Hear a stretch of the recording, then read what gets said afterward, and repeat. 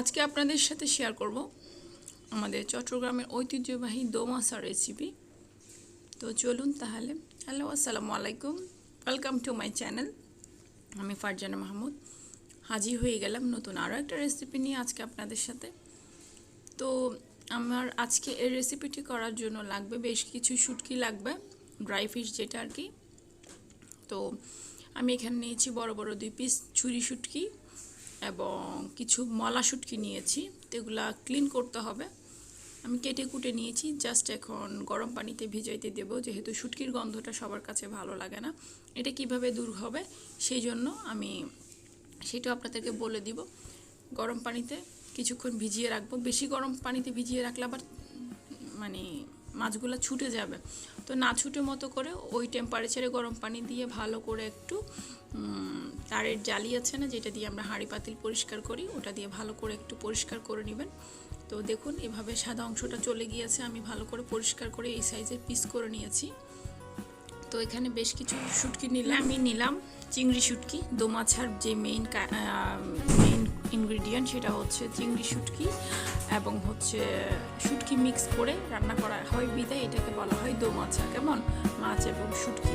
তারপরে চিংড়ি শুটকি নিলাম, চিংড়ি মাছ নিলাম, তারপরে হচ্ছে ছুরি শুটকি এবং মলা মাছ। আপনারা চাইলে আরও শুটকি মিক্স করে নিতে পারেন বা বড় মাছ না, বড় চিংড়ির সাথে মিক্স করে রান্না করতে পারেন।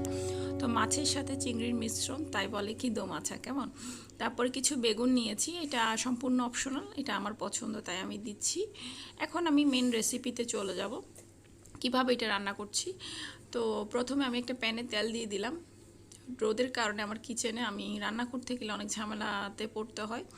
তো যাই হোক, আশা করছি আপনারা বুঝতে পারবেন।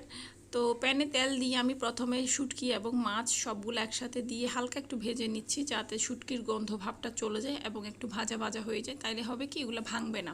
শুটকি মাছগুলো রান্না করতে গেলে অনেক সময় ভেঙে যায়, তো এটা ভাঙবে না। না ভাঙার জন্য হালকা একটু ভেজে নিচ্ছি। আস্তে আস্তে করে ভেজে নিলাম। ভেজে আমি এক পাশে করে মাঝখানটা খালি করে ওখানে পেঁয়াজগুলো দিয়ে দিলাম। টমেটো নিয়েছি 1 কাপ। পেঁয়াজ টমেটো এগুলা প্রয়োজন মতো দিবেন আর কি। হলুদ দিলাম 1 চা চামচ, লাল মরিচের গুঁড়া দিয়ে দিলাম 2 চা চামচ, 3 চা চামচ এবং কাঁচামরিচ পেস্ট দিলাম 1.5 চা চামচ। স্বাদ মতো লবণ দিয়ে ভালো করে একটু সবগুলো মিশিয়ে একসাথে কষিয়ে নিচ্ছি। আস্তে আস্তে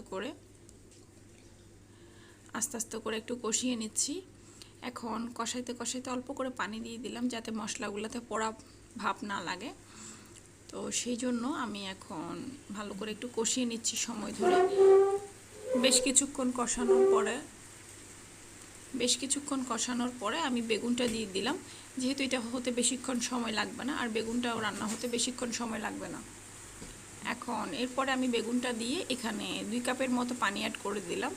দিয়ে আমি ঢাকনা দিয়ে এটা 8 থেকে 10 মিনিটের মতো রান্না করব। বেগুনটা যাতে একদম বেশি ভর্তা হয়ে না যায়, একটু বডিটা একটু শক্ত থাকা মতো করে ওরকম করে চুলাটা অফ করে দিব।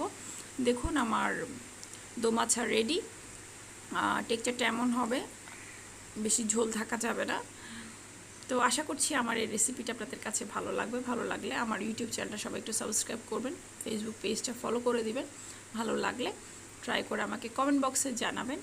তো এখন আমি সার্ভ করার জন্য একটা বাটিতে উঠাই নিচ্ছি। আমরা সবসময় মাছ মাংস না খেলে এভাবে খেতে ইচ্ছে না করলে এভাবে কিন্তু এই রেসিপিটা ট্রাই করে দেখতে পারেন। এটা কিন্তু দারুণ হয়। এটা আমাদের চট্টগ্রামের খুবই বিখ্যাত একটা রেসিপি, এটা আমাদের এলাকাতে করা হয়। তো ঠিক আছে, আজকের মতো বিদায় নিচ্ছি। তৎপর্যন্ত সবাই ভালো থাকুন, সুস্থ থাকুন, আমার জন্য দোয়া করবেন। আল্লাহ হাফেজ, আসসালামু আলাইকুম।